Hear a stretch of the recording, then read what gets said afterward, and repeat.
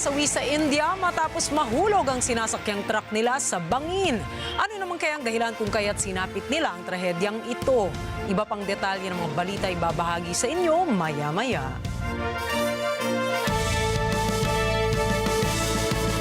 Magandang gabi, ako po si Rikki, Alagao, Flores at ito ang Mata ng Agila International. Para naman sa mga headlines ngayong araw ng Biyernes. 17 Filipino seafarers na binihag ng rebelding Houthi, balik Pinas na. COMELEC sisimula na ang pag-imprenta ng mga balota ng 2025 midterm polls. China, maring kinundi ng US at Pilipinas ukol sa deployment ng Typhoon missile launcher. US President Donald Trump may mahalagang mensahe sa World Economic Forum sa Davos. At Storm Edwin sinalanta ang British Isles.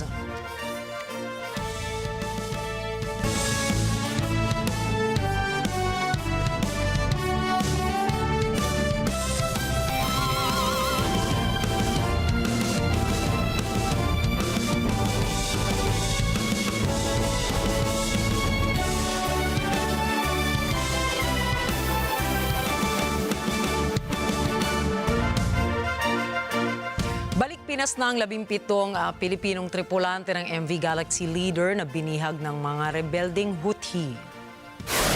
Pasado alas 9 kagabi nang lumagpag sa Ninoy Aquino International Airport, Terminal 1 ng Oman Air Flight 843 na lula ng nasabing mga marinong Pinoy. Ayon sa DFA noong November 2023 nang i-hijack ng rebelding grupong Houthi ang mga tripulanteng lulan ng MV Galaxy Leader. Ang pagpapalaya sa mga tripulante ay kasabay din ng tigil putukan ng Israel at Hamas. Nakahanda naman ang Department of Health na mag-abot ng tulong medikal para sa mga pinalayang Pilipinong marino, partikular sa kanilang mental health. Nangako rin ang Department of Migrant Workers o DMW na pagkakalooban nila ng tulong pinansyal, pangkabuhayan at educational and scholarship ang pamilya ng 17 mga Filipino seafarers. So they will stay there. Besides, hindi naman ang sinasalakay ng Israel, what they're threatening is the nuclear reactor of Iran. We don't expect that Iran and Israel will start firing at civilian targets, like a full-scale war. But what I was referring to, we want the war in Gaza to end because it will affect the fate of 17 Filipino seafarers who are still being hostage in Yemen by the Houthi. Nagtakda ang Philippine Embassy sa Estados Unidos ng 24/7 hotlines para sa mga Pilipino sa US sa gitna ng pagpapatupad ni Pangulong Donald Trump ng isang polisiya kontra sa mga illegal immigrants. Ayon sa Philippine Embassy, lahat ng mga Pilipino sa Estados Unidos ay mayroong karapatan anuman ang kanilang immigration status. Ipagkakaloob ng embahada ang consular services sa lahat ng mga Pilipino sa US sa pamamagitan ng nasabing hotlines. Samantala, sinabi ni Philippine Ambassador to the United States Jose Manuel Romualdez, may 350,000 undocumented Filipinos ang nananatili pa sa Estados Unidos. Sa naging direktiba ni Trump, inaasahan na ang mga illegal na migranteng ito sa US na may criminal records ay madedeport pabalik sa kanilang country of origin. Sisimula muli ng COMELEC ang pag-imprenta ng balota para sa 2025 midterm polls sa araw ng Lunes. Kalinsabay nito, plano ng COMELEC na mag-imprenta ng 1.5 milyong mga balota kada araw para makahabol ang poll body sa mga nasayang na araw kasunod ng temporary restraining order na ibinaba ng Korte Suprema. Ayon kay COMELEC Chairperson George Garcia, handa nang gagamitin nilang printers sa National Printing Office, gayon din ang 2 bagong Miro machines para matugunan ang 1.5 million production capacity. Ongoing na rin ang adjustment sa database ng mga kandidato at ang pag-generate ng bagong ballot faces. Sa kabila nito, hinimok naman ni Garcia ang iba pang kandidato na nagpaplanong umurong na gawin ito hanggang ngayong Biyernes para bigyang daan naman ang updating ng mukha ng bagong balota bago ang reprinting ng mga ito sa Lunes. Isa itong araw na hindi malilimutan ng 3,962 examinees na pumasa sa 2024 bar examinations. Dahil sa wakas, ganap na silang mga abogado at abogada matapos silang makapanumpa at makapirma sa roll of attorneys ngayong Biyernes, January 24. Ang oath-taking at signing of the roll of attorneys ay ginanap alas 10 ng umaga sa SMX Convention Center sa Pasay City. Si Supreme Court Clerk of Court Bank Attorney Marife Cuevas ang nagpanumpa sa mga bagong abogado. Hinikayat ni 2024 Bar Chairperson and Associate Justice Mario Lopez ang mga bagong abogado na manatiling mapagpakumbaba, mas maging mabuting tao at maglingkod sa mga mamamayang Pilipino. Mahalagaan niya na taglayin ng mga abogado ang mga katangian ito upang maging morally competent.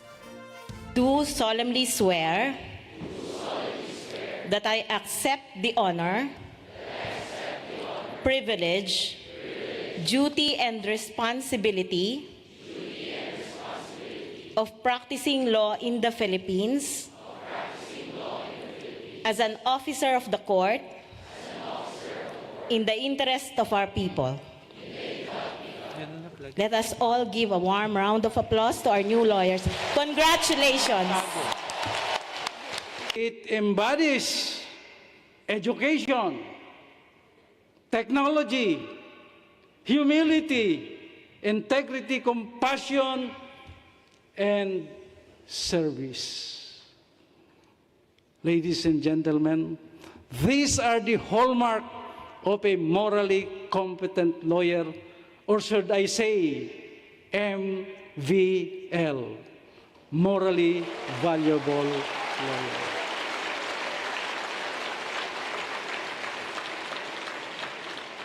It takes ethics to be an MVL, because a lawyer who values education and technology, humility, integrity, compassion, and service is the kind of lawyer that the people deserve and expect from bar ni J. Isa sa mga nanumpa si Attorney Alan Gutierrez Jr. na nagtapos ng abogasya sa New Era University. Masaya niyang ibinalita na napromote siya sa kanyang trabaho matapos pumasa sa bar exams.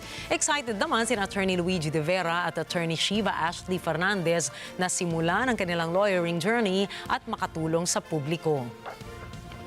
Saya syempre, lalo na't nakapasa ako at saka para din sa magulang ko at saka sa asawa ko. So ngayon, currently, I was promoted as legal officer sa current employer ko. So I'll be practicing corporate law. Very grateful po for natutupad din finally yung pangarap namin na maging abogado. Ngayon po, meron po nag-apply na po ako sa mga law firms and may offer po ako sa isang law firm po ngayon.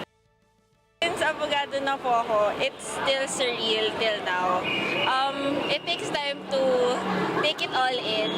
So, since ngayon pa lang po talaga ako magkakaroon ng work, so it's a big challenge also for new lawyers. Nagbigay din ng mensahe si 2025 Bar Exams Chair at Supreme Court Justice Lazaro Javier sa mga bagong abogado na masanay na mabuti at manatiling mapagpakumbaba at matulunging tao. May you always strive to be the best lawyers and humans you can be. Never lose your ideals. Carefully choose your learnings, the people you emulate. Train hard and give back to the people, the community, and the public whenever there is an opportunity. Passing the bar is a gift, and now you have been gifted to give. Good news sa mga motorista dahil matapos ang 3 linggong sunod-sunod na taas sa presyo sa produktong petrolyo ay sasalubong naman ang fuel price rollback next week. Ayon sa Department of Energy Oil Industry Management Bureau, posibleng bumaba ng 70 hanggang piso ang presyo sa kada litro ng gasolina. 20 hanggang 55 sentimos naman ang bawas sa presyo ng kada litro sa diesel, habang 40 hanggang 50 sentimos naman ang bawas sa kada litro ng kerosene. Susunod, redeployment ng US Typhoon missile launcher sa Pilipinas, pinalagan ng China. Ilang miyembro ng European Parliament naggagalaiti sa sinabi ni US President Donald Trump. At President Trump nagbigay ng speech sa World Economic Forum sa Davos, Switzerland. Iba pang detalye ng mga balita sa pagbabalik ng mata ng Agila International.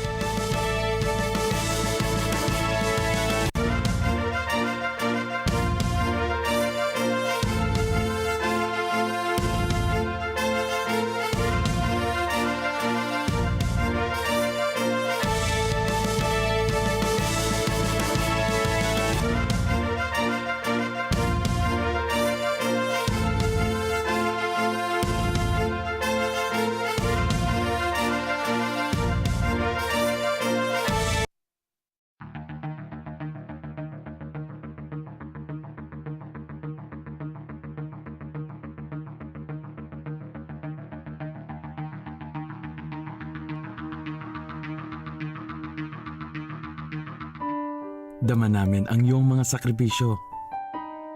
Kita namin ang pagharap mo sa bawat pagsubok. Kaya sa kabila ng mga hamon ng buhay, nandito kami para umalalay. Kasi katulad mo, gusto rin namin ang magandang bukas para sa kanya.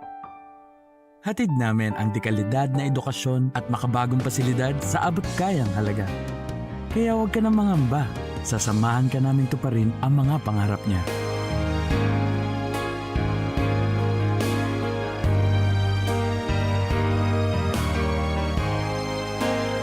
Maaasahan mong sulit dito ang mga pinagsikapan mo. Sa aming mga makabagong pasilidad at sistema ng edukasyon. Mailalabas natin ang aking talino at mga kakayahan niya. Kahit sa munting halaga, makakasiguro ka na makakasabay siya sa mabilis na pag-ikot ng mundo. Sa New Era, karamay mo kami sa bawat hamon. Kaagapay mo kami sa bawat hakbang.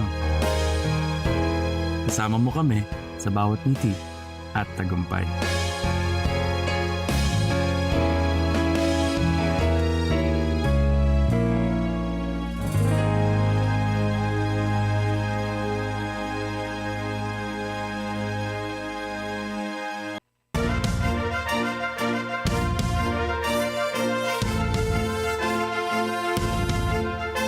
Tinawag na mapanganib ang ginawang pagpapadala ng Estados Unidos ng Typhoon missile launcher sa panibagong lokasyon sa Pilipinas.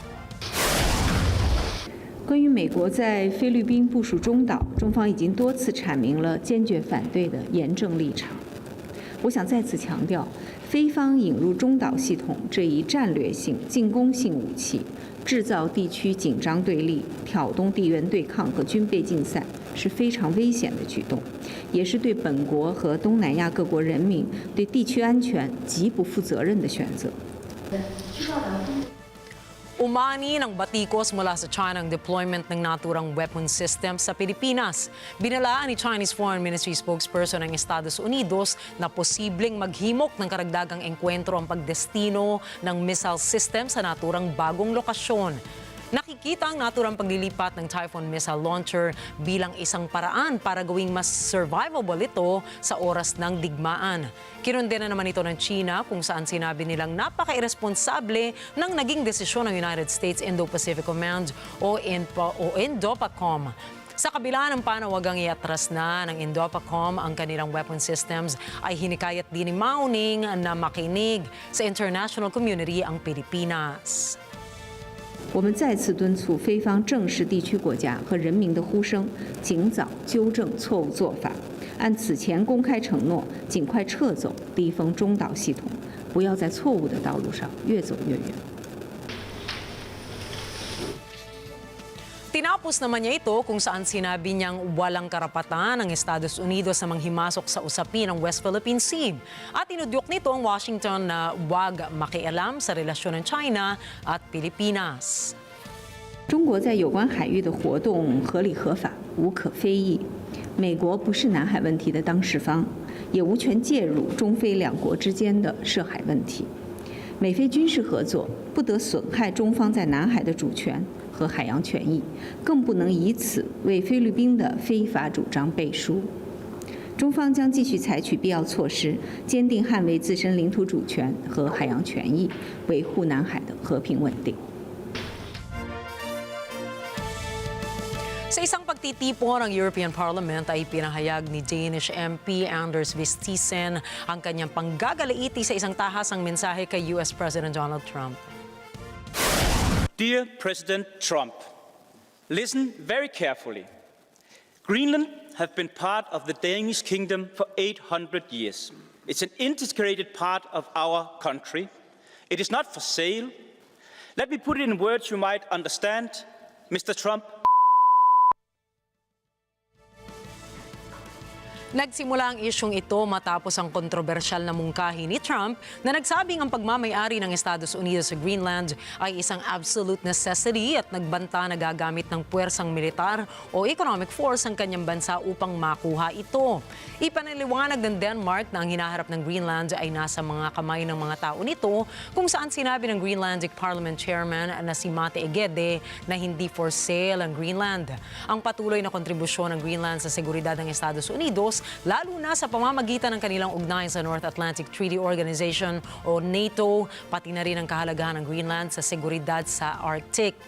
Ginatungan naman ni Spanish MP Laura Bayarin Cereza ang mensahe ni Anders, kung saan sinabi niyang pinahahalagahan din nila ang freedom of speech ng kanilang mga mamamayan sa tamang paraan, kung saan tinutukoy niya ang pambabaraso na ginawa ng mga malalaking negosyante sa mga politiko gamit ang kanilang kayamanan at korporasyon.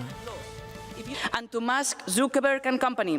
In Europe, we have a market of millions of users that provide money to your companies. Yes, but we also love protecting our citizens and democracies by making laws. If you don't like it, you can always leave and take it or leave it. You can always take your Nazi salutes and your masculine energy and go back home. Viva Europa, hoy más que nunca. Muchas gracias. Target ngayon ng International Criminal Court o ICC na magpalabas ng warrant of arrest laban sa mga lider ng Taliban. After a period of deferral, my office has been independently and impartially examining alleged crimes committed against Afghan civilians. After a thorough investigation and on the basis of evidence collected, my office submits that there are reasonable grounds to believe that the supreme leader of the Taliban, Haibatullah Akhundzada, and the Chief Justice of the so-called Islamic Emirate of Afghanistan, Abdul Hakim Haqqani, bear criminal responsibility for the crime against humanity of persecution on gender grounds under Article 71H of the Rome Statute. Ito ay dahil sa gender-based crimes matapos pagkaita ng karapatan ang mga kababaihan ng Afghanistan. Ayon kay ICC Chief Prosecutor Karim Khan, mayroon silang sapat na ebidensya para sa pag-aresto laban kay Haibatullah Akhundzada, ang Supreme Leader ng Taliban, at Abdul Hakim Haqqani, ang Chief Justice of the Islamic Emirate of Afghanistan. Lumabas din sa kanilang pag-imbestigan ang mga lumalabag na mga kababaihan sa ipinatutupad nilang batas ay kanilang ikinukulong, ginagahasa at kuminsan ay pinapatay. Ang aplikasyon ng arrest warrants ng ICC prosecutors ay kailangan pang aprubahan ng judge. Magugunitang mula ng pamunuan ng Taliban ng Afghanistan noong August 2021 ay hinigpitan ng tungkulin ng mga kababaihan sa publiko. Ilan sa mga pinagbawalan sa mga kababaihan ay ang pumasok sa universidad, magtungo sa mga beauty salons at magtrabaho sa mga non-government organizations, kasama na rito ang United Nations. My office has concluded that these two Afghan nationals are criminally responsible for persecuting Afghan girls and women, as well as persons whom the Taliban perceived are not conforming with their ideological expectations of gender identity or expression, and persons whom the Taliban perceived as allies of girls and women. Humarap sa tao ng World Economic Forum sa Davos, Switzerland si Papua New Guinea Prime Minister James Marape. Doon ipinagmalaki ni Marape ang likas na yaman ng kanyang bansa at kung paanong iingatan ito ng kanilang mga mamamayan. Narito ang report ni Net25 correspondent Eco Hortaleza Quinola. Isa si Prime Minister James Marape sa mga naging tagapagsalita sa World Economic Forum annual meeting na inorganisa ng New York Times on Trade and Climate Change. Tinalakay ni Marape ang paksang financing of protection and conservation of natural resources. Isinaad nito na may halong pagmamalaki ang bansang Papua New Guinea na mayaman anya sa biodiversity, tropical rainforest at marine resources. Sa katunayan, isa ang Papua New Guinea sa mga bansang may malawak na rainforest na umaabot sa mahigit 73 milyong ektarya. Ibinida ni Marape ang paghanga ng mga pribado at publikong sektor sa husay ng global financing system na binuo ng kanyang gobyerno gamit ang likas na yaman ng bansa. And so the world out there needs to see forest resources, biodiversity, marine resources are global assets that is kept in different parts of our society, mostly in pockets of indigenous society. Resources needs to be mobilized so that these resources are preserved. Inimbitahan din niya ang iba pang mga dumalo sa pagpupulong na dalawin at tuklasin ang natural conservation at iba pang bagay na mayroon ang Papua New Guinea.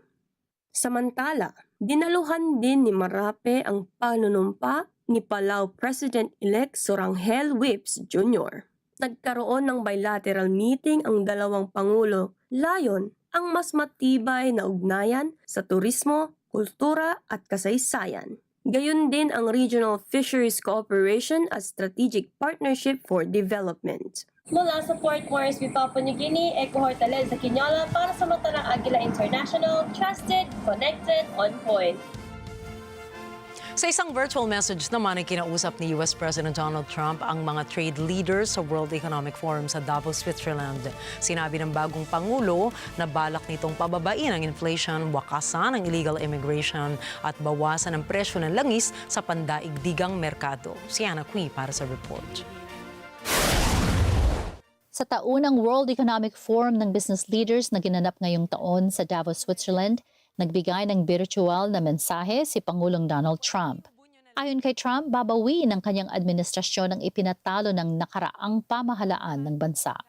Kasama sa tatrabahuhin anya ng kanyang gobyerno ay ang pagpapababa ng inflation at paglaban sa illegal na imigrasyon. The inflation rate we are inheriting remains 50% higher than the historic target. It was the highest inflation probably in the history of our country. That's why from the moment I took office, I've taken rapid action to reverse each and every one of these radical left policies that created this calamity, in particular with immigration, crime, and inflation. Pinanggit din ni Trump ang pagpapalakas ng produksyon ng fossil fuels sa bansa. I declared a national energy emergency, and that's so important, national energy emergency to unlock the liquid gold under our feet and pave the way for rapid approvals of new energy infrastructure.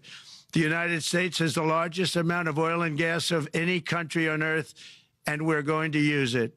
Not only will this reduce the cost of virtually all goods and services, it'll make the United States a manufacturing superpower and the world capital of artificial intelligence and crypto. Pinangalanan ni Trump kung ano ang nasaksihan ng mundo nitong nakaraang 3 araw sa sandaling nanumpa siya bilang Pangulo ng US. What the world has witnessed in the past 72 hours is nothing less than a revolution of common sense.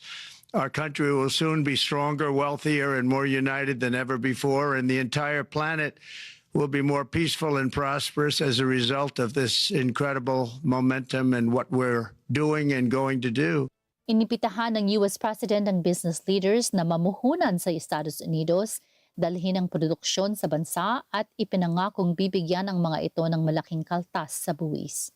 To further unleash our economy, our majorities in the House and Senate, which we also took along with the presidency, are going to pass the largest tax cut in American history, including massive tax cuts for workers and family, and big tax cuts for domestic producers and manufacturers.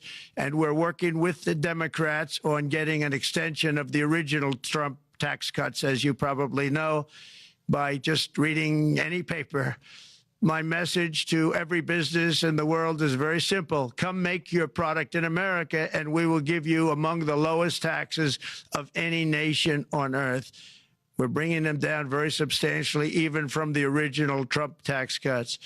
But if you don't make your product in America, which is your prerogative, then very simply you will have to pay a tariff, differing amounts, but a tariff which will direct hundreds of billions of dollars and even trillions of dollars into our treasury to strengthen our economy and pay down debt. Under the Trump administration, there will be no better place on earth to create jobs, build factories, or grow a company than right here in the good old USA. Samantala, sinabi rin ni Trump na nais niyang bawasan ang presyo ng langis sa buong mundo.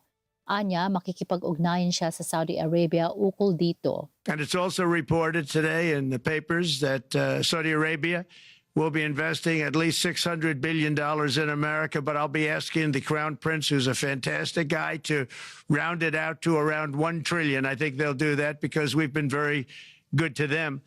And I'm also going to ask Saudi Arabia and OPEC to bring down the cost of oil. You got to bring it down, which frankly, I'm surprised they didn't do before the election. That didn't show a lot of love by them not doing it. I was a little surprised by that. If the price came down, the Russia-Ukraine war would end immediately. Right now, the price is high enough that that war will continue. You got to bring down the oil price. You got to end that war. They should have done it long ago. They're very responsible, actually, to a certain extent for what's taking place. Millions of lives are being lost. Pinatamaan ni Trump ang dati-rati mga kaalyado ng US, ang Canada at European Union. Binantaan niya ang mga ito ng panibagong taripa. Tinuligsa rin ni Trump ang mga tuntunin ng mga ito pagdating sa pag-i-import. One thing we're going to be demanding is we're going to be demanding respect from other nations. Canada, we have a tremendous deficit with Canada. We're not going to have that anymore. We can't do it. I don't know if it's good for them. As you probably know, I say you can always become a state. And if you're a state, we won't have a deficit, we won't have to tariff you, et cetera, et cetera. But Canada has been very tough to deal with over the years, and it's not fair that we should have a $200 billion or $250 billion deficit. We don't need them to make our cars, and they make a lot of them. We don't need their lumber because we have our own forests, et cetera, et cetera. We don't need their oil and gas. We have more than anybody. Inatake ni Trump ang EU at sinabing hindi maganda ang ginawang pagtrato nito sa US.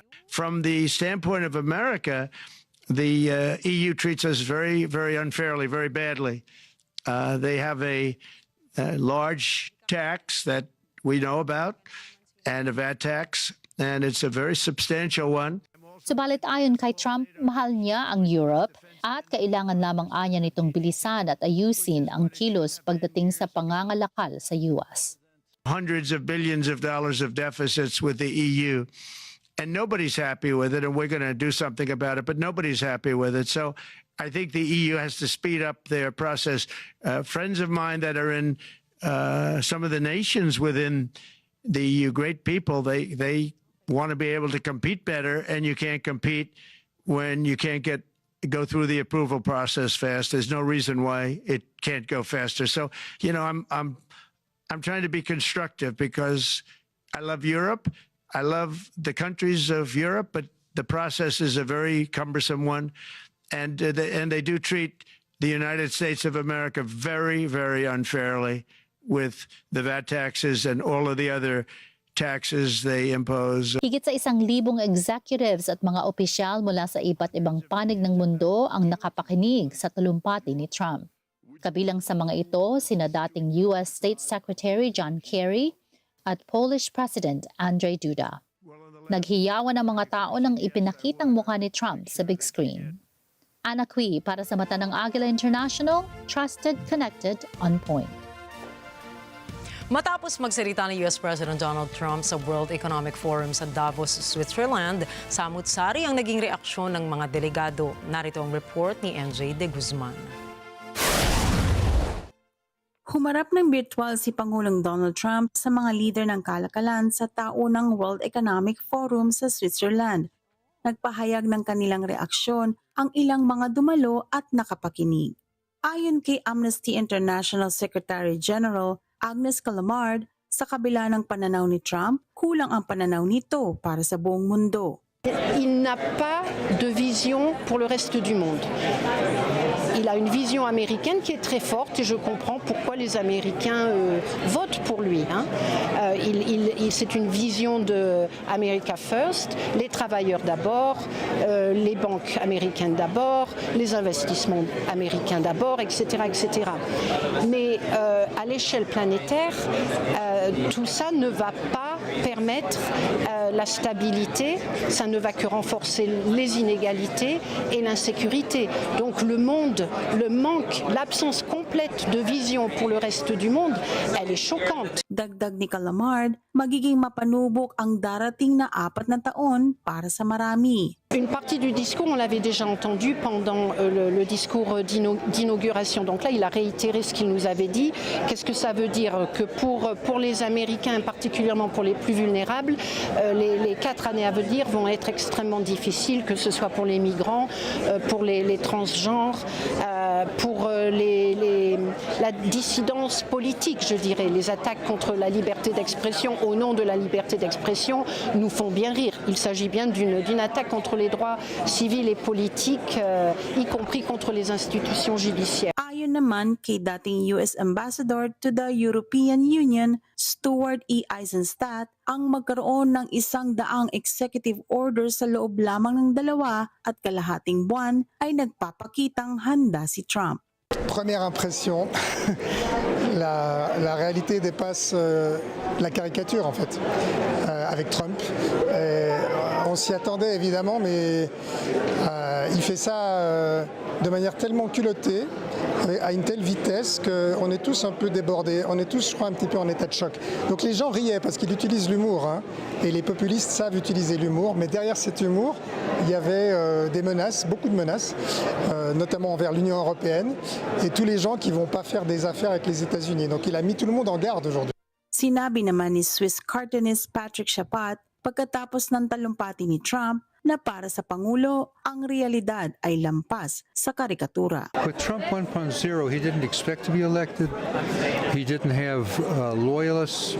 Now he's got people who are loyalists. That's what they're chosen for. He's going to get much more cooperation within his executive branch. He's got a Republican Congress, House and Senate, and he's obviously well prepared. I mean, it's remarkable. You have to understand, we have a 2.5-month transition. To be able to have 100 executive orders ready in 2.5 months is extraordinary. So he's ready. He's got a much more loyal group than his first term. And that may be better or worse depending on what you think about his policies, but they're going to be there. Sinabi ni Trump na tinatrabaho nito ang paglaban sa inflation at illegal migration habang isinusulong naman ang fossil fuel production sa Estados Unidos. Dagdag ni Trump, tinatrato ng napakasama ng European Union ang US kung kaya'y mahirap magpasok ng mga produkto sa Europa. NJ De Guzman para sa mata ng Agila International, trusted, connected, on point. Nanawagan ng United Nations para sa $910 million fund upang matugunan ang humanitarian crisis sa northeastern Nigeria. Nasa ilalim nilang naturang lugar sa isang Islamist insurgency mula pa noong 2009 at kamakailan ay sinalanta naman ito ng matinding pagbaha. Si Rose Papa Angeles para sa balita. $910 million ang estima ng United Nations na kakailanganing pondo upang matulungan ng hilagang silangang Nigeria. Dumaranas ito ng matinding krisis pang sangkatauhan dahil sa insurhensya mula pa noong 2009. Pinahari ng lugar noong nakaraang taon na dumagdag sa ininda ng mga residente roon. Patay sa mga dokumentong ipinakita ni UN Resident and Humanitarian Coordinator Mohammed Fall, may 7.8 milyon na mga tao ang nangangailangan sa 3 estado ng Northeast Nigeria: Adamawa, Borno at Yobe. In Borno, Adamawa, and Yobe, the 2025 Humanitarian needs and response plan aim to provide life-saving to 3.6 million out of the 7.8 million requiring urgent assistance, with the financial requirement of 900 million. And the HNRP will prioritize in its focus women, children, and people with disability. Sinabi na noon ng UN na ang Northeast Nigeria ay nagbabadyang maging napabayaang krisis. Ito ay dahil na-focus ang atensyon sa krisis sa Ukraine, Gaza at Sudan nitong mga nakaraang taon. Batay sa isang report noong Nobyembre, humaharap ang Nigeria sa pinakamalalang krisis ng pagkagutom at tinatayang nasa 30 milyong katao ang gugutumin ng matindi ngayong taon. Dagdag dito, nagdaranas din ang Nigeria sa krisis ng presyo ng bilihin. Tumaas na ng husto ang inflation sa lugar sa loob ng 3 dekada. Ayon sa hepe ng UN Office for the Coordinator of Humanitarian Affairs na si Tran Jensen, marami sa mga kaalyado ng ahensya ang nawawala kung kaya't kailangang suriing mabuti kung sino-sino ang tutulungan at makahanap din ng ibang pagkukunan ng pondo. It cannot be business as usual because the money is not there. We see many of our international partners disappearing. On the positive side, we see the strengthening of local partners. We see an increasing number of Nigerian national partners, but also local partners. But it also means that we have to make difficult decisions in terms of who we provide assistance to. In terms of simply, we cannot provide assistance to everyone who is in need, but we also, and this is the other side, it's not about just becoming more efficient, but also finding then alternative sources of funding. Isinisisi ang paghihirap ng bansa sa mga reformang pang-ekonomiya ni Pangulong Bola Tinubu, kasama ang pagtatanggal ng fuel subsidy at foreign exchange controls. Subalit ayon kay Tinubu, ang mga reformang ito ay maglalagay sa ekonomiya sa mas matatag na daan pasulong. Rose Papa Angeles para sa mata ng Agila International, trusted, connected, on point. 5 araw matapos pagtibayin ng Israel ang ceasefire deal, nasa 653 mga truck ng humanitarian aid ang tuloy-tuloy na nakapasok sa Gaza Strip. Si Marjorie Quintos para sa mga detalye. Noong Martes sa ika-5 araw ng pagpapatupad ng truce deal sa Gaza, may nakapasok na namang 653 truck ng tulong sa Gaza. Ito ay ayon sa United Nations Office for the Coordination of Humanitarian Affairs o OCHA. Ibinahagi ng ahensya ang impormasyong nakuha nito mula sa Israeli authorities at sa mga guarantor ng ceasefire agreement, ang Estados Unidos, Egypt at Qatar. Ayon din sa OCHA, dagsadagsang tulong ang dumadaloy ngayon sa Gaza na dumadaan sa Erez at Zikim crossing sa Hilaga at sa Kerem Shalom crossing naman sa Timog.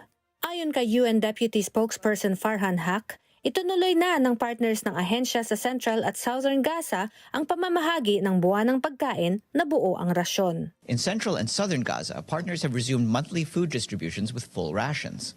Yesterday, humanitarian organizations on the ground in Gaza transported 118 trucks of food parcels and flour from UNRWA warehouses to more than 60 distribution points in the south. Across southern Gaza, UNICEF continues dispatching high-energy biscuits and ready-to-use food, enough for thousands of infants.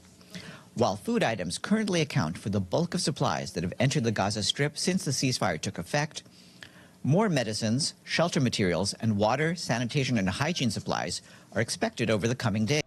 Dagdag ni Haq, umaabot na rin ang aid cargo at humanitarian personnel sa mga lugar na hindi mapuntahan dati. The Office for the Coordination of Humanitarian Affairs reports that large volumes of humanitarian aid continue to enter Gaza through the Erez and Zikim crossings in the north and Kerem Shalom crossing in the south. Inside Gaza, OCHA says that aid cargo and humanitarian personnel are moving into areas that were previously hard to reach. Our humanitarian partners on the ground say the operating environment has improved significantly. The surge in supplies entering Gaza each day and the return of law and order has allowed aid organizations to scale up the delivery of life-saving assistance and services. Gayon din, Nakapamahagi na rin anya ang partners ng ahensya ng medical disposables at trauma management kits sa 14 na ospital, sexual and reproductive health kits sa 28 health facilities na sapat sa 58,000 na mga tao. Samantala, patuloy rin ang pagde-deliver ng langis sa Central at Southern Gaza na nagpapatakbo sa mga balon ng tubig, desalination plants at sewage pumps.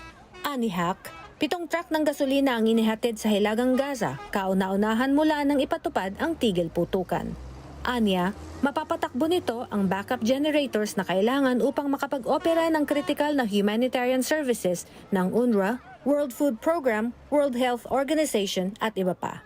Samantala, sa kabila nito, binanggit din ni Hak ang mga suliraning kinakaharap pa rin ng teritoryo gayon din ng West Bank. In Gaza City yesterday, 2 of UNRWA's primary health service points reopened, the Beach Health Center and Daraj Medical Point. Across the Strip, OCHA reports that most Palestinians remain at displacement sites, either because their homes are in ruins or contaminated by explosive ordnance, or because movement back to northern Gaza has not yet been allowed. And turning to the situation in the West Bank, OCHA reports that the Jenin Government Hospital remains disconnected from water and electricity, and access is extremely difficult due to road damage. The facility is relying on dwindling water reserves from emergency tanks installed just weeks ago through an allocation by the occupied Palestinian Territory Humanitarian Fund, which is managed by OCHA. Marjorie Quintos para sa Mata ng Agila International. Trusted, connected, on point. 2 araw matapos ang inaugurasyon ni US President Donald Trump, nagpahayag ang Mexico ng hindi pagsang-ayon na tanggapin sa kanilang bansa ang mga non-Mexican asylum seekers mula sa Estados Unidos. Si Anjo Milano para sa mga detalye. Noong Miyerkules, nanindigan si Mexican President Claudia Sheinbaum na hindi ayon ang kanyang bansa na tanggapin sa Mexico ang mga migranteng asylum seekers sa US na hindi Meksikano. Ito ay matapos i-anunsyo ni Pangulong Donald Trump ang pagbabalik ng programa ukol dito. Noong Martes, ipinahayag ng bagong Trump administration na ibabalik nito ang Remain in Mexico program. Ito ay kilala noon bilang formally Migrant Protection Protocols na nagtutulak sa non-Mexican asylum seekers na sa Mexico mag-antay ng desisyon ng kanilang kaso. Ani Sheinbaum, para magpatuloy ito, kailangan munang sumang-ayon ang bansang tatanggap na anyay hindi pa nila ginagawa. Para que haya un acuerdo de tercer país tiene que haber una firma del país que es digamos bilateral. Y nosotros en este caso lo que estamos diciendo, si hay una persona que está en la frontera norte, entonces les ofrece pues obviamente una atención humanitaria y si de manera voluntaria quieren regresar a sus países, existen mecanismos que existían con la administración Biden en su momento para poder ser repatriados a partir de recursos que se establecían a través de organizaciones. Dagdag ni Sheinbaum, alok ng kanyang gobyerno ang humanitarian assistance para sa deported migrants ng ibang bansa. Kasama nito ang mga mekanismo na maibalik sila sakaling nais nilang umuwi sa kani-kanilang mga bansa. Nangako si Trump na ipatutupad ang agresibong mga tuntunin sa imigrasyon kabilang ang pagdedeklara ng national emergency sa katimugang border ng US.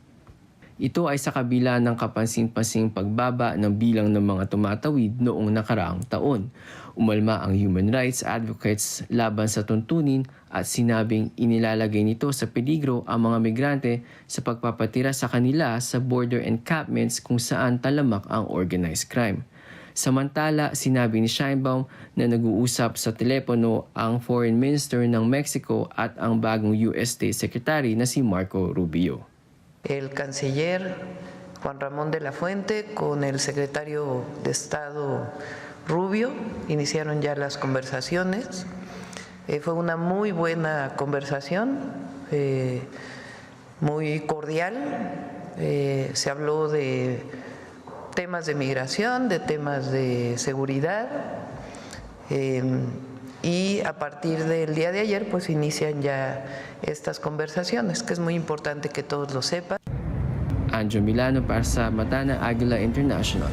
Trusted, connected, on point.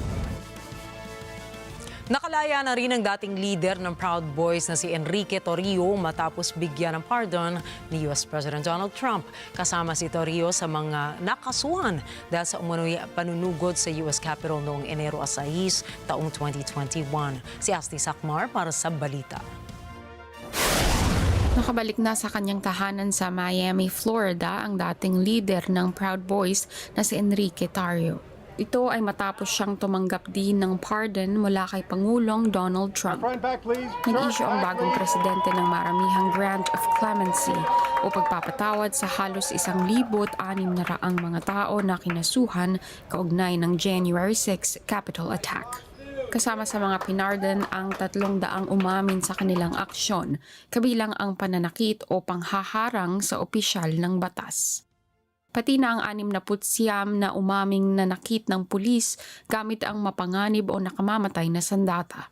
Sinintensyahan si Torrio ng 22 taong pagkabilanggo dahil sa kasong seditious conspiracy.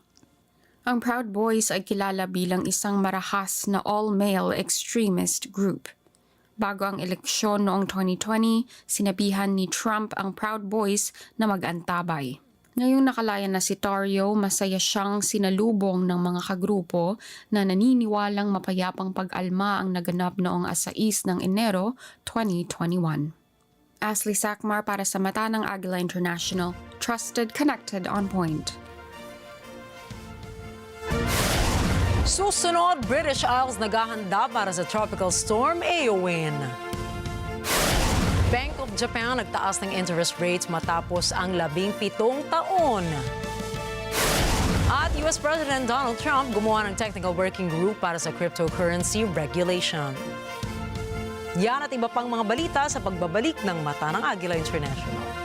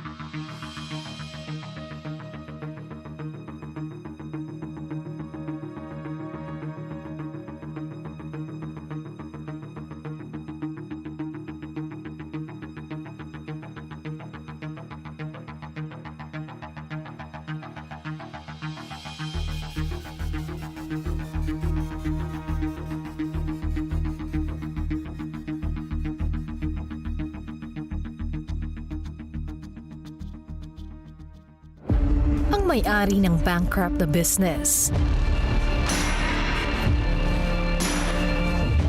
versus isang rich boy investor. Kaya ba nilang mag-rise to success? Rising with the Wind. Abangan sa Pebrero. Dito lang sa Net 25. Let's net together. Mata ng Agila Weekend tuwing Sabado, alas 4 ng hapon. Ito ang Net 25. Matatag, matapag, matapak. Let's net together sa Net 25. Sa Net 25.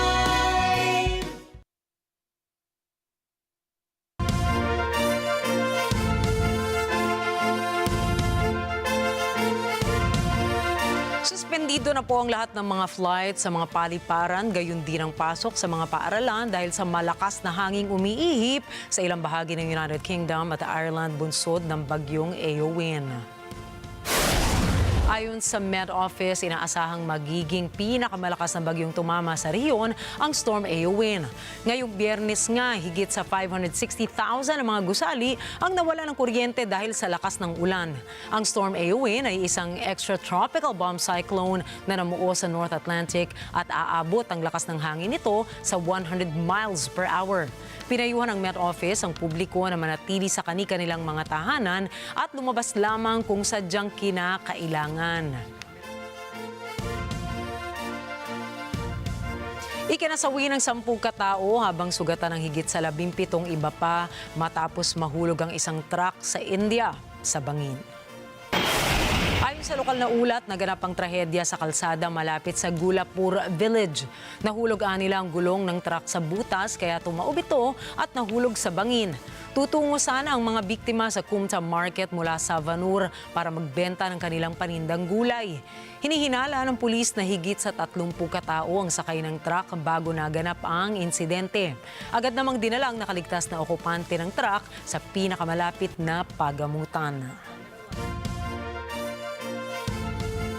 Isang Pinay na turista ang nakaligtas sa bingit ng kamatayan matapos madali ng tren. Ayon sa lokal na ulat, bumisita ang Pinay na kilala sa tawag na Michelle sa Chief and Old Street sa Taipei nang napagdesisyonan nito na mag-post para sa isang selfie. Pero hindi niya napansin na may paparating na kulay dilaw na tren sa gilid niya. Dito na siya nahagip at nahulog mula sa platform. Buti na lamang ay nasa pinakagilid ng tracks siya napunta.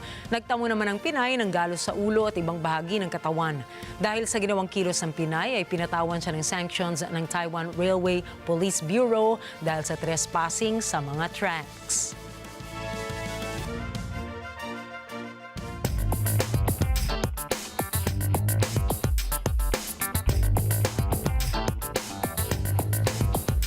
Nagtaas ng interest rates na 0.25% hanggang 0.5% ang Bank of Japan ngayong Biyernes, January 24. Ito ang pinakamataas na cost of borrowing ng Bank of Japan sa loob ng 17 taon. Sa kabila nito ay kumpiyansa naman ng State Bank na mananatiling stable ang inflation ng 2% dahil sa pagtaas ng sahod. Ayon sa ilang mga ekonomista, bahagi ito ng fiscal policy ng Japan dahil sa nakaambang Trump tariffs.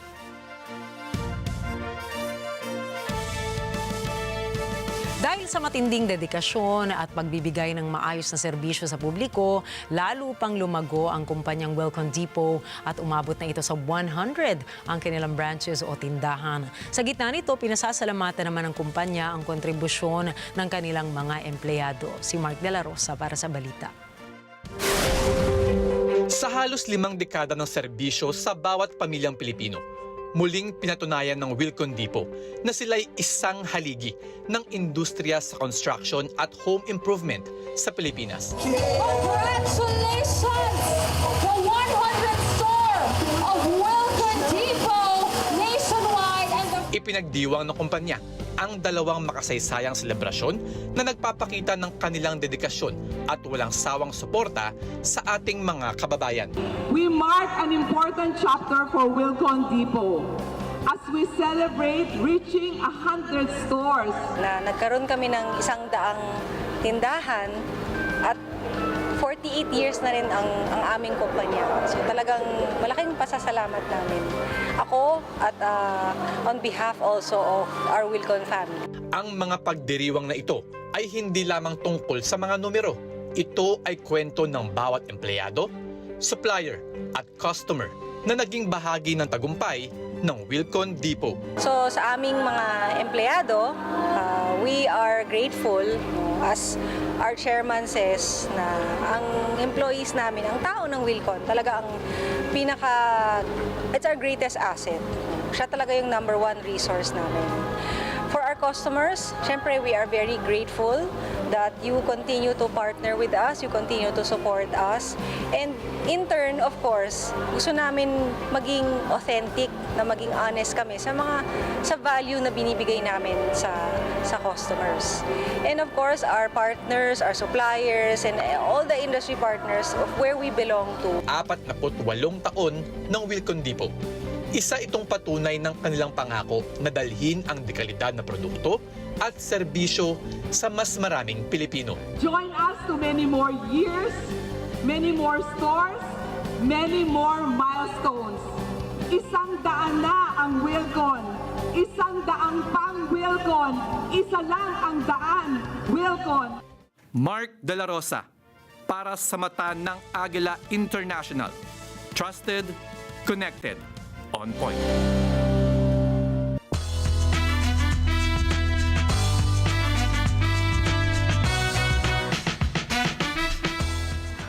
Patindi ng patindi ang excitement habang papalapit naman ang papalapit ang itinakdang petsa para sa gaganaping Grand Beanieverse, the repeat ng Nation Group na Beanie. Mangyayari ito sa largest indoor arena sa buong mundo, ang Philippine Arena sa February 15, 2025. Ang ticket prices para sa kanilang one-night concert, ang concert tickets ay magsisimula po sa 1,800 pesos hanggang 11,800 pesos. Ang pagbili ng tickets ay nagsimula na noong December 28 pa via Pulp Tickets Online. After naman ang kanilang Philippine Arena stop, the 8-piece group will embark on their first ever world tour with stops in Singapore, Dubai, London, and the United States, among others. Nakatakda na ring mag-release ang Beanie ng kanilang bagong single na Blink Twice ngayong taon. Nakaraang taon ang kilalanin ng Beanie bilang isa sa top streamed artists sa Spotify Philippines. Nagwagi rin ang nasabing P-pop sensation bilang International Breakthrough Artists at International Video of the Year para sa kanilang Cherry on Top single sa Breakthrough Awards 2024 sa Brazil at kinilala bilang Best Asia Act sa 2024 MTV Europe Music Awards.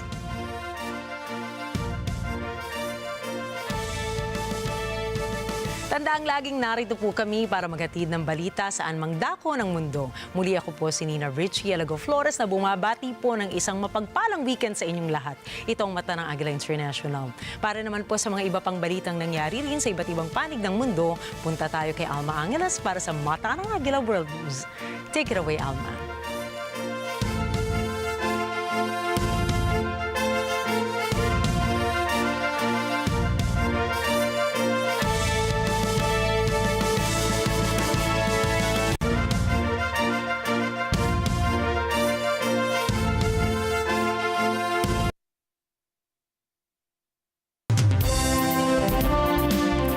Thank you, Nina. Good evening, everyone. I'm Alma Angeles for Net25 World News. On tonight's headlines.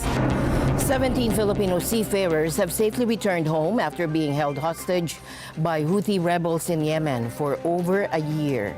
Southeast Asian cities are making headlines for their severe air pollution. And according to air monitoring organization IQ Air, Ho Chi Minh City ranked as the second most polluted city globally today, with Phnom Penh in 4th place and Bangkok in 5th. Southern California is facing yet another wave of wildfires with at least 8 blazes currently burning. Record high winds from Storm Yoan battered Ireland and Northern Ireland today, leaving 560,000 homes and businesses without power. Meanwhile, in a significant move, Donald Trump's second term seems to be starting on a positive note for China, and so far he hasn't followed through on his threat to impose steep tariffs on the country. One very big power over China, and that's tariffs. And they don't want them, and I'd rather not have to use it. Net25 World News starts now.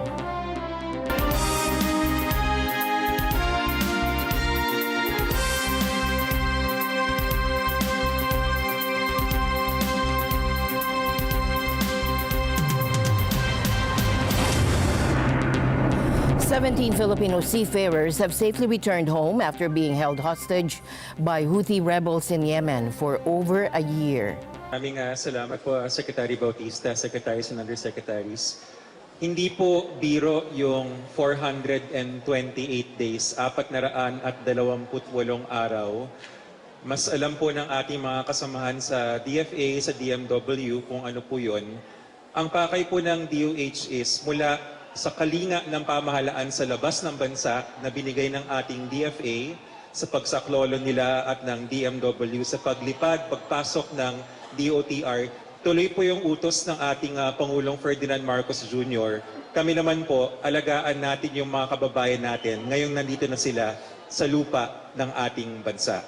At ang pag-alaga sa kanila ay hindi lamang dun sa kanilang medical o physical na katawan dahil kanina po may i-validate namin, we heard na some of them are symptomatic for some infections. Not serious, but a lot of things can happen in 428 days. We don't even know if they had access to medical services while they were in captivity. Mangyayari in the next few days, meron ho tayong mga psychiatrist mula sa National Center for Mental Health na with the consent of the Seafarers ay nagkakaroon po ng psychological debriefing. It doesn't stop there. Pagkatapos po niyan bilang mga repatriates, sila po ay sagot ng pamahalaan sa anumang pangangailangan na kanilang pagka-ospital.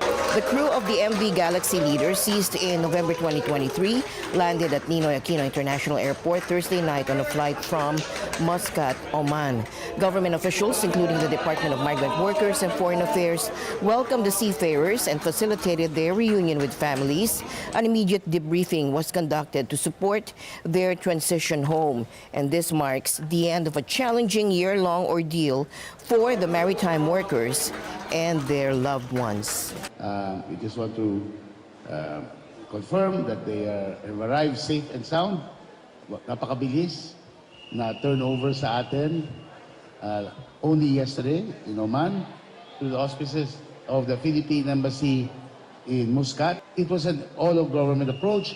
I'd like to thank the DMW and by Secretary Kakdak because they had a very difficult job. Yung patients nila na they contacted the families for over 1 year. This is 428 days. We have to end the war in Gaza first. So we got it and it was very quick.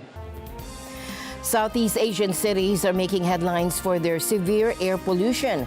And according to air monitoring organization IQ Air, Ho Chi Minh City ranked as the second most polluted city globally today, with Phnom Penh in 4th place and Bangkok in 5th. In Bangkok, thick smog blanketed the skyline, leaving outdoor workers struggling to cope.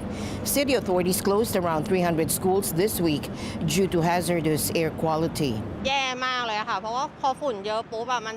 The air is so bad. When there's a lot of dust, it affects me directly. And since I have a daughter, it greatly impacts her health. Instead of her going out to play, the dust prevents her from doing so. The pollution and everything, other contributing factors, and breathing the air in leads to allergies. It's really not okay for me or the people around me.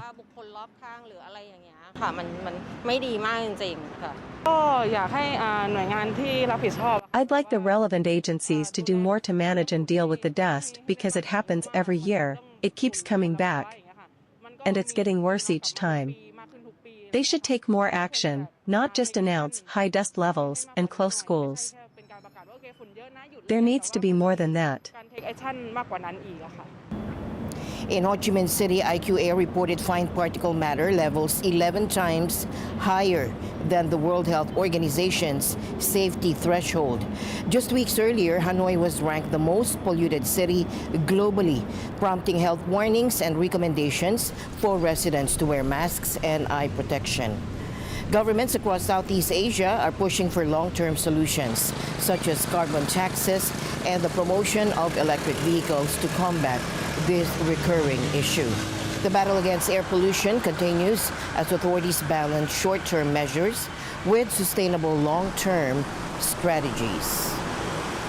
Southern California is facing yet another wave of wildfires with at least 8 blazes currently burning, and firefighters are making progress on the Hughes Fire, located 45 miles north of Los Angeles, but not before it scorched over 10,000 acres and forced tens of thousands to flee their homes. The youth fire has already consumed over 10,000 acres of North Los Angeles, forcing tens of thousands to evacuate. The Palisades and Eaton fires have been particularly devastating, claiming 28 lives and destroying thousands of homes and businesses. Our hopes tonight are that we are able to make further progress on the fire. Hopefully the winds will subside, our relative humidities will increase, giving us the upper hand on the fire. Typically, this is when we make the most progress on the fire, allowing us to go into the next operational period ahead of where we started. We're not dealing with a large population and a large amount of residential homes, as we saw with those two fires. Out here, it's more sparsely populated. However, out here, we are dealing with high winds, which we also saw with the other fires, along with thick fuel bed, very receptive fuel bed, and steep topography again. Firefighters are battling blazes in multiple locations, including a new wildfire near Ventura County Farms and another that threatened the Bel Air community overnight. In Altadena, residents remain traumatized by the recent Eaton fire, where late evacuation warnings contributed to significant loss of life.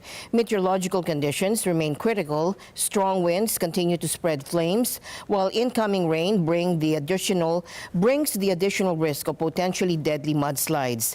Red flag warnings are in effect tonight, signaling continued extreme fire danger. Residents are urged to stay informed, follow evacuation orders immediately, and prepare for emergency situations. Emergency services remain on high alert as the wildfire crisis continues to unfold. Record high winds from Storm Yoan battered Ireland and Northern Ireland today, leaving 560,000 homes and businesses without power and forcing the cancellation of hundreds of flights and the closure of schools and public transport. Officials had warned the storm was said to be one of the most dangerous, and they faced and told people to stay indoors. The Irish Weather Agency, Mathay, said a gust of 182 kilometers per hour overnight at Mace Head in County Galway provisionally broke an 80-year record. ESB Networks, which provides energy for the whole of Ireland, said unprecedented damage to its network had led to power outages affecting 560,000 homes, farms, and businesses. It expected significant outages as the storm tracks northwards. The power company said ahead of the storm that it could take up to 9 days to restore power for some customers. More than 110 scheduled departures and 110 arrivals at Dublin Airport were canceled, the airport said, adding that further cancellations and delays were possible. All schools in Ireland and Northern Ireland were closed on Friday, and public transport will not run in Ireland while a red wind warning remains in place. The red warning, the highest alert level, was in place for the entire country for the first time since Storm Ophelia in 2017, which killed 3 people. It's due to be lifted for most of Ireland at 1100 GMT and in British ruled Northern Ireland at 1400. A red warning is also in place for southwestern and central areas of Scotland from 1000 until 1700. Or from 10 o'clock until 1700, according to the UK Met Office, warning people to expect flying debris, resulting in danger to life, damage to buildings with roofs blown off, and the closure of roads and bridges. Dozens of flights from airports at Edinburgh and Glasgow were cancelled, and National Rail advised people living across Scotland and parts of northern England not to travel today. And we're turning now to how the Trump presidency, President Trump is proposing significant tariffs on foreign goods, aiming to boost U.S. manufacturing and rebalance trade with countries like China. Now, President Trump and his team are pushing plans to impose double-digit tariffs on foreign goods, which would make imports more expensive and potentially less appealing to American consumers. But critics warn that retaliatory tariffs could backfire, reducing demand for American-made products and ultimately hurting U.S. workers. Speaking virtually to the World Economic Forum in Davos, Switzerland, Trump delivered a direct message to world leaders. But if you don't make your product in America, which is your prerogative, then very simply you will have to pay a tariff, differing amounts, but a tariff which will direct hundreds of billions of dollars and even trillions of dollars into our treasury to strengthen our economy and pay down debt. under the Trump administration, there will be no better place on earth to create jobs, build factories, or grow a company than right here in the good old USA.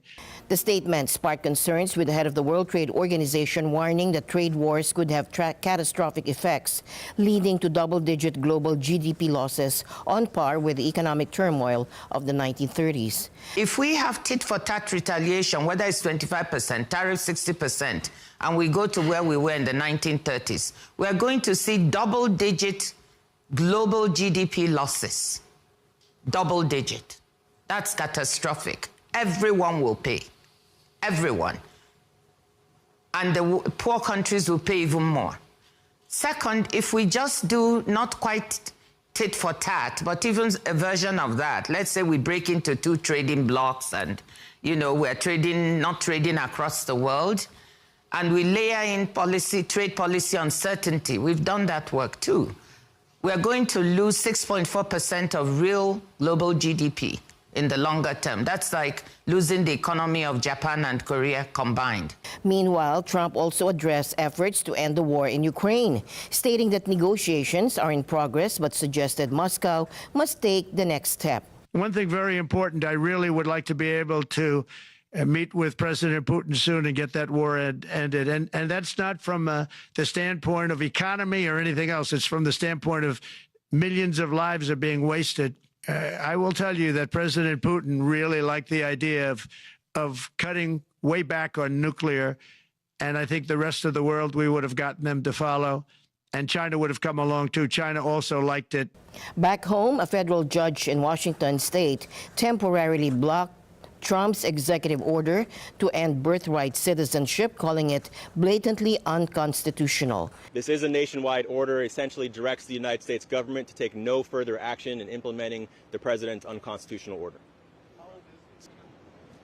Well, as we laid out today, so we moved for a temporary restraining order, which has a nationwide impact. The next step will be at a preliminary injunction, which will allow for more thorough briefing. The TRO that was issued today has a 14-day effective date. So for 14 days, the United States government can take no further action implementing or enforcing this order. Well, we will be back in court, as will many other people across the country. Now, Trump responded, promising to appeal. Okay, thank you very much. Mr. President, a U.S. judge temporarily blocks the birthright citizenship order. Do you have any reaction? No, obviously we'll appeal it. They put it before a certain judge in Seattle, I guess, right? And there's no surprises with that judge. In other news, President Trump signed an executive order to declassify files related to the assassinations of John F. Kennedy, Robert F. Kennedy, and Martin Luther King Jr. Trump said the move will finally give Americans access to the truth after decades of secrecy. Administration officials have been directed to develop a plan to release the files within 15 days for JFK and 45 days for the other two cases. Russian President Vladimir Putin has made clear he wants to restart nuclear arms cuts talks as soon as possible. The Kremlin said this today in response to comments made by U.S. President Donald Trump. Now, Trump said on Thursday he wanted to work towards cutting nuclear arms, adding that he thought Russia and China might support during their own weapons capabilities. Now, Kremlin spokesman Dmitry Peskov said the ball was in Washington's court. Я хочу вам напомнить в этой связи заявление президента Путина, что Россия считает необходимым как можно скорее возобновить разоруженческие переговоры, тем более что существенно подорвана договорно-правовая база в сфере контроля над вооружениями, причем не по вине Российской Федерации. Соединенные Штаты собственно, завершили свое участие и подорвали фактически существование этой договорно-правовой базы. Поэтому есть о чем говорить, нужно говорить. Время во многом упущено, и здесь, собственно, мы и ранее говорили о такой заинтересованности, поэтому тут мяч на стороне американцев, которые прекратили все контакты, все субстантивные контакты с нашей страной. Meanwhile, in a significant move, Donald Trump's second term seems to be starting on a positive note for China, and so far he hasn't followed through on his threat to impose steep tariffs on the country. Speaking at an economic forum in Davos, he even mentioned that the U.S. and China could have a recovery good relationship, and there's talk he might visit Beijing in the coming months. He called me, but I see it very good. I think that we're going to have a very good relationship, but we always had a great relationship, I would say, and we look forward to doing very well with China and getting along with China. Hopefully China can help us stop the war with, in particular, Russia, Ukraine. They have a great deal of power over that situation. In an interview with Fox News, Trump said he would rather not impose tariffs on China, despite campaign promises to hit the country with hefty import duties. It went fine. It was a good, friendly conversation. I had a great relationship with him prior to COVID. I had a very good relationship with him. I thought it was a very good conversation. We've had other communication before that. They are a very ambitious country. He's a very ambitious man. He's a man that was, I don't want to be naive and say my friend, but he was like my friend. We had a very good relationship. Now, I put tariffs on China. We took in hundreds of billions of dollars, and Biden was unable to end them because it was so much money you couldn't do it in terms of the budget. He wanted to end them. He did everything he could to end them. He couldn't get it done. But we have one very big power over China, and that's tariffs. And they don't want them, and I'd rather not have to use it. But it's a tremendous power over China. China gets a lot of its money from the United States. They use that money to build a military. Isn't it crazy? Trump had previously announced that a 10% tariff on all Chinese imports could begin on February 1, with a possibility of levies as high as 60%, a key point in his campaign rhetoric. Meanwhile, Beijing has called for the U.S. and China to resolve their differences through dialogue and consultation, highlighting the importance of diplomatic solutions. We have stated our position on this issue many times. China-U.S. economic and trade cooperation is mutually beneficial and a win-win situation. We believe that if there are differences and frictions between the two sides, they should be resolved through dialogue and negotiations. There are no winners in trade wars and tariff wars. It's not in the interests of either side, nor good for the world. Anything is possible with the Trump administration, but at the moment I think it's actually a good thing that they're going after 10%.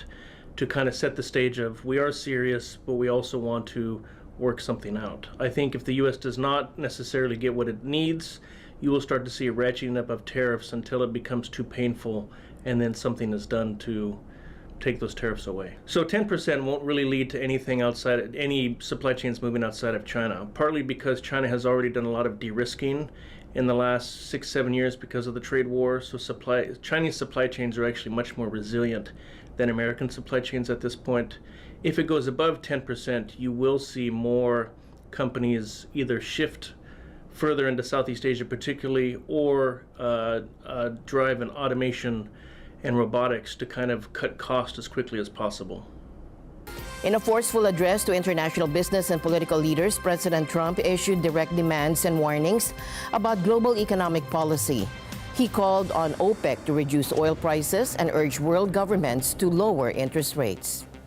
America is back and open for business. U.S. President Donald Trump on Thursday addressed the global leaders at the World Economic Forum in Davos, Switzerland, promising his second term will forego free market norms inside the U.S. and out. I'm also going to ask Saudi Arabia and OPEC to bring down the cost of oil. You got to bring it down, which, frankly, I'm surprised they didn't do before the election. That didn't show a lot of love. In his speech, broadcast from Washington, D.C., Trump demanded lower oil prices and that interest rates drop worldwide. With oil prices going down, I'll demand that interest rates drop immediately, and likewise, they should be dropping all over the world. If the price came down, the Russia-Ukraine war would end immediately. Right now, the price is high enough that war will continue. You got to bring down the oil price. You got to end that war. They should have done it long ago. They're very responsible, actually, to a certain extent, for what's taking place. Millions of lives are being lost. Trump listed the rapid-fire changes he had made since his swearing in that had upended U.S. government policies on diversity, climate change, and immigration. Some attendees, including Secretary General of Amnesty International Agnes Callamard, were critical of Trump's America First agenda. Il n'a pas de vision pour le reste du monde. He doesn't have a vision for the rest of the world. He has a very strong American vision, and I understand why Americans vote for him. It's a vision of America first, the workers first, the American banks first, the American investments first, etc. D'abord, etc., etc.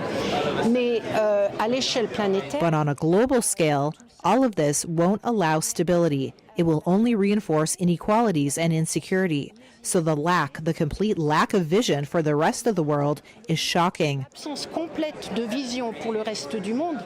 If you don't make your product in America, which is your prerogative, then very simply you will have to pay a tariff. I think the first play for Trump is, I think there's it's undeniable that the United States shoulders much of the expense of everything in the world. I think Trump has kind of campaigned on that. I think he goes back to that, whether it be NATO, Ukraine, etc. I think this is just more of a, let's get people to the table to talk about how unfair all the rest of the world's problems are in the United States and our economy. So I don't necessarily know if we go through that at this point. I mean, Europe's in worse shape than we are. So I think economically, tariffs are going to not help them for certain. But I'm not sure if we get those. Obviously, tariffs, there's some trade-offs with currencies, but I think this is really more of an opening move to get people back to the table to talk about let's look at dividing some of these expenses more fairly. Some of Trump's harshest criticism was reserved for traditional U.S. allies, Canada and the European Union, who he threatened again with new tariffs, while berating them for allowing trade surpluses with the United States. President Trump said that he wants to usher in a golden age for the United States. That will require more steel and aluminum, more critical minerals, more reliable and affordable energy, more of everything to run the U.S. economy full steam ahead. Canada has all those resources, and we stand at the ready to work with the United States to create a booming and secure North American economy. The alternative for them would be more resources from Russia, China, or Venezuela. Canada is a safe, secure, and reliable partner in an uncertain world. But one thing we're going to be demanding is we're going to be demanding respect from other nations. Canada, we have a tremendous deficit with Canada. We're not going to have that anymore. We can't do it. I don't know if it's good for them. As you probably know, I say you can always become a state. And if you're a state, we won't have a deficit. We won't have to tariff you, et cetera, et cetera. But Canada has been very tough to deal with over the years. And it's not fair that we should have a $200 billion or $250 billion deficit. We don't need them to make our cars, and they make a lot of them. We don't need their lumber because we have our own forests, et cetera, et cetera. We don't need their oil and gas. We have more than anybody. Yes, I think part of that with those two neighbors, I think it's got more to do with immigration. Is hey, you guys need to help us out a little bit. Immigration at the U.S. border starts at Canada and starts at Mexico to make sure it doesn't get there. And I think that's basically what the idea is. We certainly don't want to have tariffs, but let's sit down at the table and talk about what you're going to do to stop the immigration flow. We're trying to take care of our borders, but if you don't do anything on your end, it's not going to really help us that much. I think that's really the case in point. Is I think he's using these tariffs as a way to get people back to the table to deal with some things that he thinks are unfair. Whether we get tariffs or not from Canada, Mexico, I certainly don't think we're going to get 25%. Maybe there's a little bit, but I think it's more of a matter of getting them to the table to talk about how they can help us stop the flow of illegal immigration into the United States. Since taking office, Trump has withdrawn the United States from the World Health Organization and the Paris Climate Agreement. And the news continues here on Net 25. We'll be right back. Sabay-sabay tayong maghalakhakan ngayong linggo with the one and only stand-up comedian, Alex Calleja. Higit isang dekada na ngang tumatak ang mga habe niyang punchline. Ako, pero sa likod ng mga ngiti niya on stage ay ang lungkot pala ng kanyang pinagdaanan bago niya maabot ang kasikatan na mayroon siya ngayon. Nagtinda ng mga lutong ulam nung siya'y call center agent para may ekstrang kita, tumira sa container van na walang sariling CR. Naku, paanong binago ng komedya ang buhay ni Alex Calleja? Laughter and konting tears tayo ngayong linggo, 6 p.m. dito lang sa Corina Interviews sa Net 25. Sa Net 25.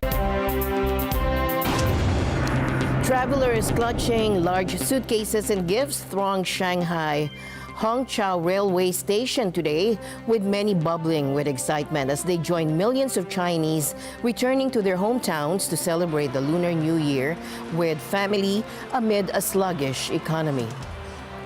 Yes, I do have some concerns, because every year the impact from the economic environment is that it's harder and harder to earn money.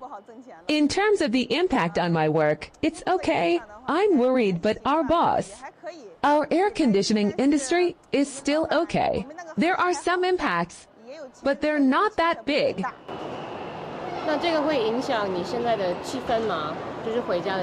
No, I'm very happy that I'm going home. Super happy and excited. Hundreds of millions of Chinese crisscross the country during the Lunar New Year holidays each year to reunite with families back in their hometowns or for sightseeing during an extended period, making it the world's largest annual human migration. China's Transport Ministry estimates a total of 9 billion trips will be made across the country during the 40-day travel period around the festival, up from 8.4 billion trips recorded during the same period last year. Now, this year's Lunar New Year travel rush kicked off on Tuesday and will last for 40 days, concluding on February 22. The official Spring Festival holidays, as the New Year celebrations are known in China, will run from January 28 to February 4. Meta has showcased its new Orion augmented reality glasses on the sidelines of the World Economic Forum in Davos. Now, those at the annual meeting in the Swiss ski resort who were curious of the new glasses could attend demonstrations of a prototype of the high-tech glasses, which use holographic projection to allow users to see graphics projected through transparent lenses into their field of view. Meta chief Mark Zuckerberg has called the glasses the most advanced glasses the world has ever seen. He also said they offer a glimpse of the future in which smart glasses will replace smartphones as the main mode of communication. Throughout the annual business elite meeting, Meta has had a pavilion on the main promenade showcasing various kinds of tech wearables. What we've done with input with these glasses, part of it is eye tracking. So the eye tracking gaze acts as a cursor, like a mouse cursor. And then the second thing is clicking. And so we have a neural interface band, which I'm wearing, that reads the signals from your brain to your muscles and predicts which movement you're doing, which allows you to do discrete clicks without having to hold your hands up in front of you when you're out and about, as well as do other gestures to control the UI. In what order? Yeah. Now, when we talk about augmented reality, we mean that you're looking at the physical world, and we're overlaying digital content on top of it. It allows for things like having a virtual TV on the wall, walking down the street and having arrows overlaid on the street where you're supposed to make a turn instead of having to look at a screen, virtual picture frames, virtual art, and much more. And with that, we end tonight's broadcast. For everyone here on Net 25, I'm Alma Angeles. Thank you for joining us. Good night.